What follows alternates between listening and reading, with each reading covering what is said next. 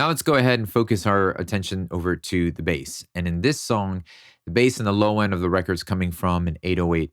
And so it gets really tricky when you're wearing multiple hats. At times, you're songwriting, producing, sound designing, and mixing all at the same time.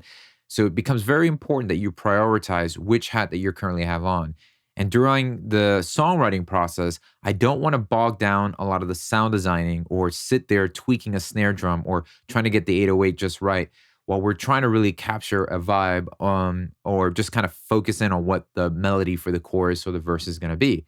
So I would suggest that you just when you have certain instruments or certain sounds or presets or patches that you know sound good and will get the job done, I usually gravitate to that a lot just to put the ideas down and then move on with capturing the right melody. Because to me, that's really the essential aspect of producing this song.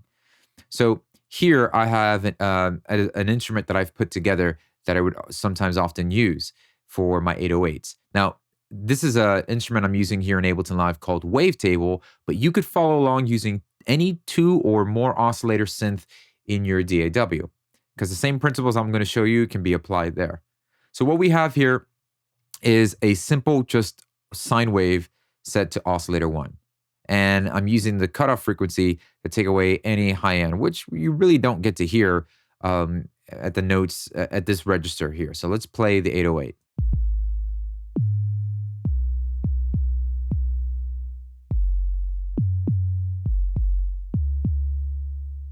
Now it's a clean sub, and that's pretty straightforward. I'm just getting it from a sine wave.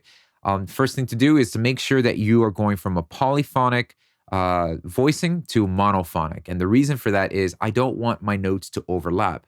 Now, the polyphonic will allow me to play the synth as chords. And when I switch it over to mono, it's going to make sure that it's just focusing on one note at a time. So very important to do that, especially when you're using sine waves for 808s. But as you can see here, I'm shaping a little bit of the amp envelope. I've got somewhat of a medium release so that when the note finishes playing, it lingers just a little bit. If I shorten the release, make it really short, we get this immediate snap or mute of the bass. And that makes it feel really robotic. So I want to make sure I have a nice balanced release so that the 808 notes linger well off after they play.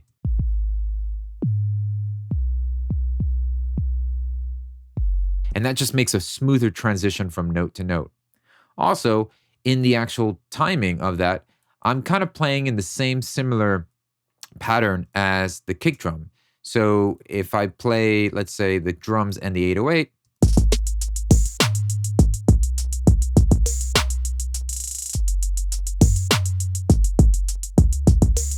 so the 808 is really complementing that kick drum, and that's what's gonna get that nice punch from. It's almost this illusion. You feel like the 808 is actually providing the kick punch, when in reality it's both the kick and the 808 sitting together. So now what I want to do is the real secret sauce to getting your 808s to just jump out in the mix and cover some nice beefy bottom end is adding some harmonics to that. So right after the sine wave here, I'm running the 808. The sine wave signal straight to an amp simulator. In Ableton Live, it's a plugin called Amp, but you could use any distortion or amp simulators or any plugins you might have in your DAW. In this case, this amp simulator is going to simulate like a Marshall head. And so when I choose it on heavy, we're going to get some nice distortion and harmonic saturation to this bass.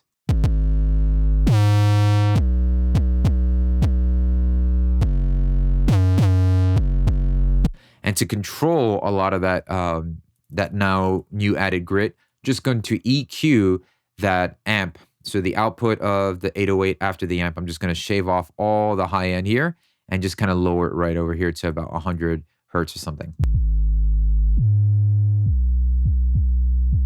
So with that added extra harmonics, now that bass is nicely covering it. I get that nice beef on the bottom end. And with the harmonics, you can actually hear more of the presence of the 808. Let me take the amp envelope off.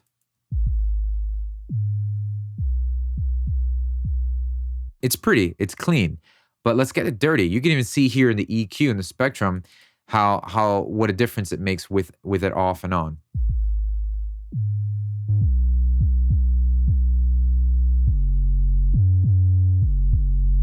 And due to personal preference, you can just crank the gain, just kind of balance the dry and wet. So I've got it to a place where I really like it. I like the feel. And I'm doing a little bit of compression here, but the compressor is set to sidechain. Now, as I mentioned earlier with the brass instruments, I use the Kickstart plugin to create a sidechain pulse or ducking without assigning a signal from any other tracks in my project. Here, I'm gonna have the kick drum sidechain the 808, and this is a great way to have your 808s feel punchy because the kick is taking the majority of the spotlight of the initial punch, and it ducks out of the way when the kick hits, and then it comes right back and adds the body to that bottom end. So what I've done here is I've enabled the sidechain and the Ableton Live compressor. I'm choosing the audio from where I want the audio to trigger from my K-pop drums drum kit. And then inside the drum kit, I'm choosing my kick drum.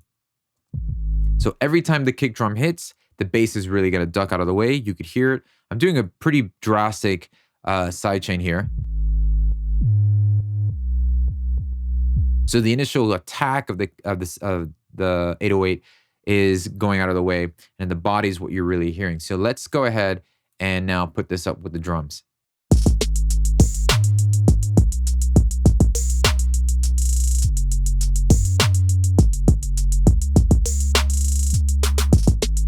And that's just a really cool way to allow the punchiness of the kick still come through. And that's how I really like my mixes. I like the kick to just be punchy, kind of drop kick me in the face, so to speak.